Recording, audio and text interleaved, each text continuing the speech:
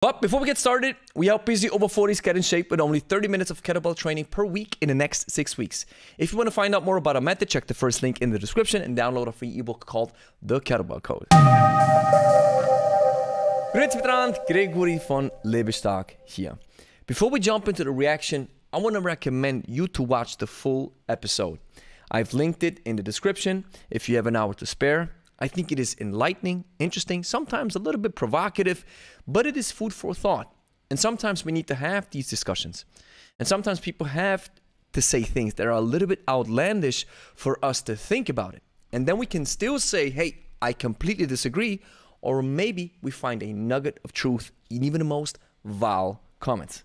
Our first prompt is, I have felt disgusted looking at a fat body. Disgusted is loaded with way too much negativity from my perspective. I'd say there's levels to this. And I'd also argue that my perception is different when I look into the mirror as opposed to when I look at somebody else. So being overweight to me is simply unaesthetic. It doesn't look good. Being morbidly obese, where you have a hard time distinguishing the limbs from the body because there's so much fat tissue, this is gross. The term disgusting to me is only valid when you combine it with the personality. For example, if you're like Nikicaro Avocado, overeats, he almost glorifies being obese, and that's his form of content, and unfortunately the people want that stuff from him. And I'll combine this behavior with an arrogant demeanor. This to me is disgusting. Well, it's unacceptable to be fat. Okay. That's a great... This step by step. Number one, it's unacceptable to be fat. The equivalent would be if I would say that having a shortcoming, an issue in your life, a problem, a relationship with food, with yourself, with somebody else is unacceptable. This is arrogant because it ignores the fact that human beings are not perfect. Is it a testament to your inadequacy if you're not able to lose weight? I agree. It's a testament of your inadequacy with food, right? Just like my inadequacy with my temper in certain situations. And again, it boils down, or I want to harken back to the fact that human beings just are not perfect. And the lack of discipline, you know, obesity is a multifactorial disease that might sabotage your efforts, your discipline included. So from that standpoint, it's hard to argue. It's not just being disciplined, training and eating less, even though that's a big part of it. If your body is actively fighting you in your efforts to achieve a certain goal, that's the issue. And if we say that these people are draining resources, I want to give you an example. My dad is 84 years old and he has Parkinson's disease. And thanks to the medication and the Swiss healthcare system, he's able to cope with it much better. Now, is that a draining of resources and a burden on the system? Yes, but he also did his part. Every one of us, we might need help in certain areas where strong people are there to lift us up. And then resources need to be put together so we can then effectively help you. It's a completely different story though, if you choose to willingly ignore the help that you are receiving and you consciously become a lazy person who exploits the system. And your value as a human being, you know, as a Christian, I'm supposed to look at your value as a living soul in a physical body. So if you don't treat your house well, and if it's not in order, yes, that's an issue, but it doesn't take away from the fact that you have been created in God's image, just like me. So therefore, I have to put value into the fact that you are a human being. Irrespective of how you treat, kettlebell is such a powerful tool, and I'm so happy that I'm able to slip this powerful tool in to this conversation. It builds muscle, it can grant you strength, it can build your endurance, you have your own gym, you do a couple of exercises, you take care of the full body, you rebuild your elastic component of the midsection. It is a great solution or a great weapon in your arsenal against back pain. It is fun. It is not hard to do. You have less effort and more results. That's the reason why you have to download that Kettlebell Code ebook right now in the first link in the description. And yes, you can do your own research, but it's still a jungle out here.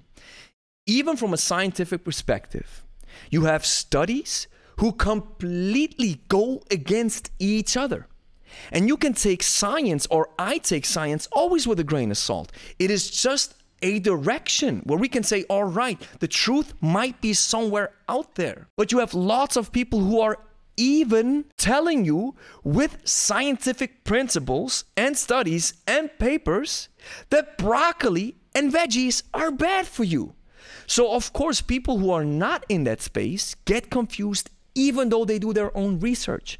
And that's why they need a helping hand, a loving, empathetic hand that is able to demonstrate a little bit of tough love, and like I mentioned, hold themselves accountable and tell them, listen, we don't want to waste our time. If you don't do the work, just tell me, and then we can agree that we can split ways. This is what I believe is tough love.